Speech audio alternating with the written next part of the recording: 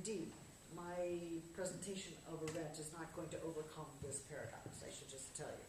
We're going to deepen this paradox, and we're not going to overcome it. There's no final apology for her. There's no final indictment of her. She's extremely complicated, and there's a strain of quite virulent and persistent racism. It's not just she happened to say some bad comment. No, there are many. And it's part of the theory, which is more important than any particular remark she may have made, right?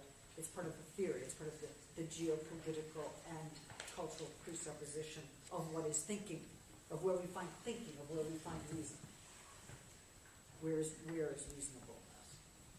At the same time, something else is opening up, which, in my mind, calls into question the nation state, produces certain notions of bi-nationalism,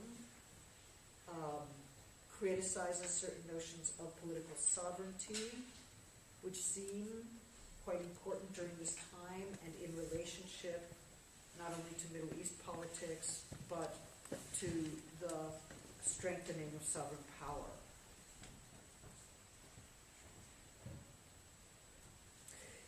So in 1947, Arendt takes the point of view, actually 46-47, that Palestine should become a federation and that there should be a binational state of Jews and Arabs. And on the one hand, she's elaborating this idea of a federated unity that she already established in imagining the Jewish army as a national army joined with other European nations.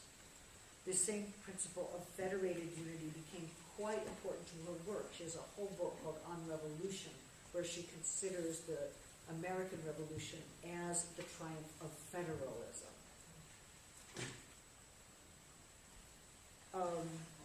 At the same time, it's clear that Arendt continues to consider the fundamentally European character of Jewishness, which may be one reason she opposed the establishment of the State of Israel on the grounds of Jewish sovereignty.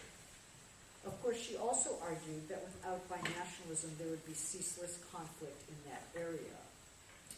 And she objected strenuously to the displacement of Palestinians from their homes in 1948, the Nakba. She was one of the few major Jewish intellectuals to not only acknowledge it, but to abhor it and to oppose it. She said any state that depends on the displacement from their homes of more than 700,000 people will not be able to gain legitimacy in the eyes of the inhabitants of those lands. Now, there's a reason why Arendt was not translated into Hebrew until the year 2000. Okay? And Origins of Totalitarianism, by the way, where the strongest critique of the nation state is, and some of the strongest critique of the displacement of Palestinians is only now coming out in Hebrew for the first time in the next 6 months. Okay. Her position on the Eichmann trial and her position on Palestine both made her a persona non grata among many, among the major public intellectuals there. And it wasn't really until 10 years ago that there was a major conference on her work there. Apparently, it broke out into near warfare. Okay, so she not only argued that without binationalism, and it's interesting to think about what binationalism might be. We think of binationalism as two nations, Jews and Arabs, and indeed in 46-47, she called it Jews and Arabs. I think Palestinians more specifically. And yet, by the time she's writing in 61, which is on the origins of totalitarianism and Eichmann in Jerusalem, it's very clear that she doesn't believe in the nation state, and she doesn't believe there can be singular or homogeneous nations. So what would binationalism mean if it were not the conjugation of two discrete, singular, and homogeneous nations? Okay, if you're going to have binationalism and a critique of the nation state, then it seems to me that binationalism has to undo or call into question the notion of the nation itself. It wouldn't be a simple binary that would hold two terms distinct. It would be something else. She didn't, in fact, elaborate on those points. In fact, ceased to really engage in debates on Israel after she was very severely criticized in both the U.S. and the Israeli press. But I would say that it's interesting that the debates about bi-nationalism was one of many possible Zionist debates in the 20s, 30s, and 40s, right? So Buber and Sholem and Rosenzweig and others could debate cultural Zionism versus political Zionism. Well, maybe the Jews can be a people, but they don't have to have a state. Maybe they should have a state. Maybe they are not a people. The question of whether there should be a state was an open question within Zionism. It was only after, not just after 48, but after 67, that it became understood that Zionism is political Zionism, that Zionism is the belief in the state of Israel as it was established in 48. Okay. But this means that early strains of Zionism, if we go back and look at them now, would be called anti-Zionism or post-Zionism. Okay. But that history has been in some sense covered over.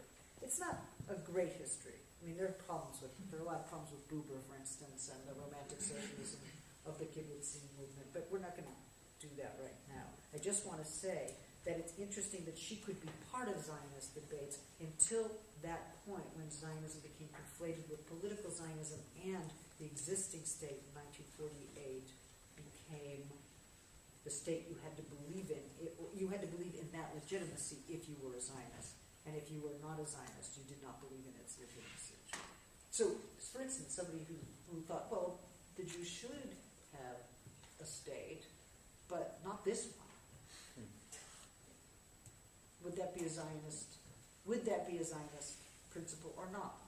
And it seems to me that it's no longer possible to openly debate that because of the ways in which the 1948 state claimed the definition of Zionism. Anyway, I'm glad to go into that too if we want to, but for now, I just want to summarize some of the key biographical issues. I've done a lot of talking, I'm sorry. So that we can begin with a more sure footing to approach the question of thinking, or even the rudiments of thinking itself. As you can see, I'm moving in political directions. I'm also moving in philosophical directions. I don't think they're divergent. I think, in fact, they're convergent in some very important ways. Which doesn't mean they're always the same, but they do converge. So the question of German-Jewish relations and how to think this inheritance and this mode of belonging from which she emerged.